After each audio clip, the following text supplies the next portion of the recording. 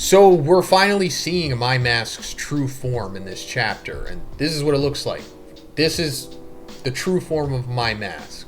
Well, I guess 80% of it, because, you know, as you can see on the side, half of his face is still somewhat human, and then you see it like emerging out into what his true form looks like. We were speculating about Amai Mask being a true monster this whole time, and obviously we know that he hadn't started off as a monster. He started off as a human, of course. It's actually kind of rare in One Punch Man that monsters are born monsters. It's kind of implied that Black S, for example, was born a monster, which is like interesting. How did that happen, and what did he become a monster from if he's Black S? Anyway, we got a glimpse of what Amai Mask's true form looked like, at least as a human initially. In chapter 211, it silhouetted Oda style.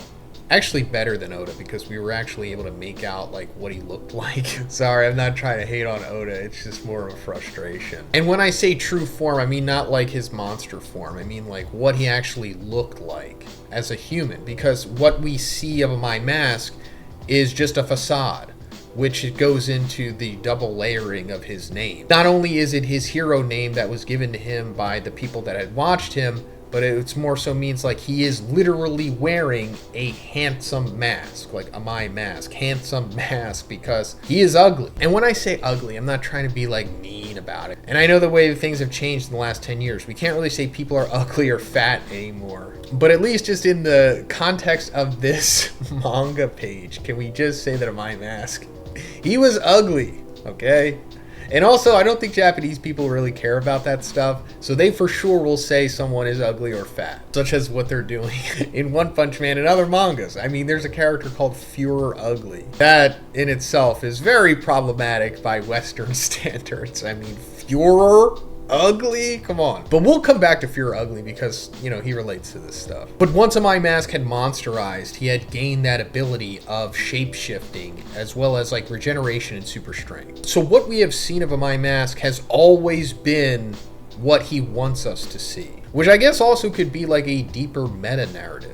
He's continuing to fight the Pesky Clown just as he has for these last couple months, it feels like weeks. And I will criticize one here, and Murata.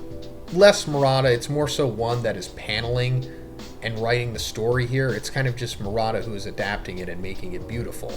But it does feel like this fight has been dragging on a lot longer than it needs to, especially that last chapter, which was essentially just filler. Like, they could have just easily fused the last chapter and this chapter together and it would have been fine. Now, of course, I'm not saying rush the story, because I don't ever want that with any series. But, you know, we need to call things out when they need to be called out. But it's finally gotten to the point of where the Pesky Clown is essentially going to kill Amai Mask. And it's because he is progressively getting stronger and stronger due to his ability stacking. He can survive death 3 times and he's down to 1 life at this point. But also the more attention that he gets, the stronger he gets. And since he's fighting Amai Mask, who is ostensibly the most famous hero in the world essentially, since he's like a K-pop idol as well. I don't even want to say J-pop because he's more like a K-pop guy, to be honest. As we see, the crowd is watching him, recording it. And then the recording, of course, is going on social, and now it's on the news, and he's just getting ultra buffed from this. And we were speculating in the previous chapter, oh, is he demon level at this point? And he was for sure, because it was officially classified as a demon level threat. Even though, like, when it is officially made by the people in this world, it doesn't always mean that it is, like, accurate. And I don't know if one intentionally meant that, but, like, if you go back to when Beefcake, that big monster guy, was first like introduced, his disaster level was demon. Considering the damage he was doing, that was easily above dragon. Not saying that his strength in relation to the other characters was above dragon, but you know what I mean. But now it is straight up being confirmed in this chapter by Amai Mask himself that the Pesky Clown has reached dragon level. And Amai Mask for sure knows what dragon level is, because he fought against the Cadres in the Monster Association War, and he got freaking destroyed. Which brings us back to Führer Ugly, who, you know, literally ripped him in freaking half. So now that Amai Mask has gotten to the point of where he's literally going to die if he doesn't go all out, he is forced to transform. Which also brings up something really fascinating. It's that Amai Mask has been holding back this entire time. Throughout the entire series, he has never gone full power, because in order to do that, he needs to transform into his full, true monster form. And obviously, we've never seen that. So even when he was getting ripped in half by freaking Pure Ugly, he still stayed reserved and didn't go all out. And you're thinking, okay, why didn't he? Well, it's because he doesn't want to expose himself. He didn't want to expose himself to the other S-Class heroes for being a monster, because they would have killed him probably. At least Flashy Flash would have instantly decapitated him if he found out that Amai Mask was a monster. Even though Flashy Flash has had, a big character arc, especially accepting Monaco, which is interesting because they also had that little interaction where Amai Mask was like, what are you doing with that monster? And he almost killed Monaco before Saitama surfing that aircraft carrier saved the day. But I just think it all, of course, ties together, and it goes more into the complex character that Amai Mask is. And now in this instance, he's in front of all of these people, and he's like, I can't go full power. I can't show, myself to the world, because then it's over.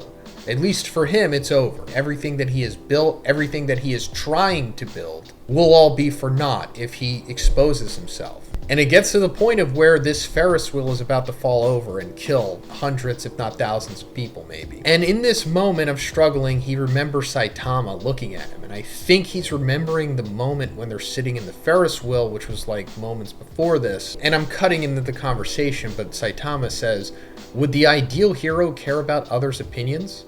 Isn't it more about what you are rather than how you are seen?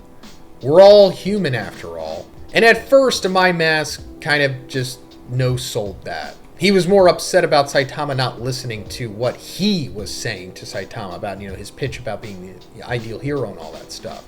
But obviously, that hit him to the core in his subconscious, because now he's remembering it, and those words are reverberating inside of him, and he just lets go.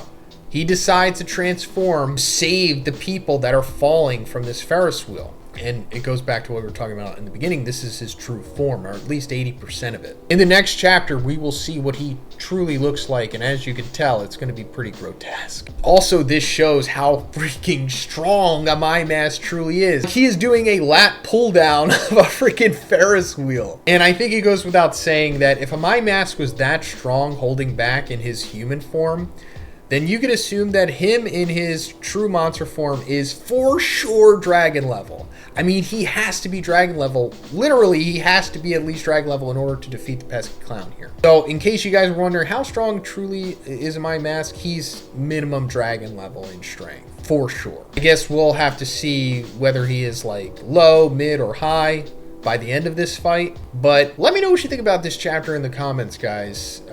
This is really important to the series, and I can't wait to see how the next chapter is handled. It's one of the pivotal chapters in the entire series, probably. So let me know, and if you liked the video, please give it a like, and please subscribe if you haven't already. Have a great day, and I'll see you in the next one.